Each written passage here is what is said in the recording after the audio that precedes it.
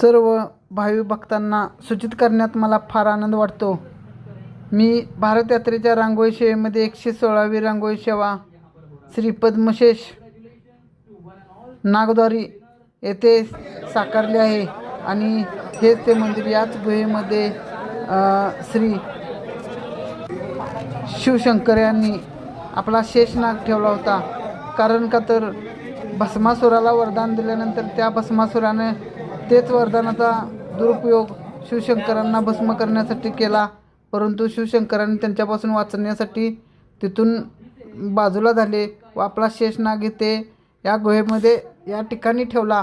व असेच पुढचेही मंदिर आपण रांगोळी सेवेमध्ये दाखवणार आहे. तरी पुढच्या सेवेसाठी आपण मला लाईक, शेअर आणि फॉलो करा. धन्यवाद.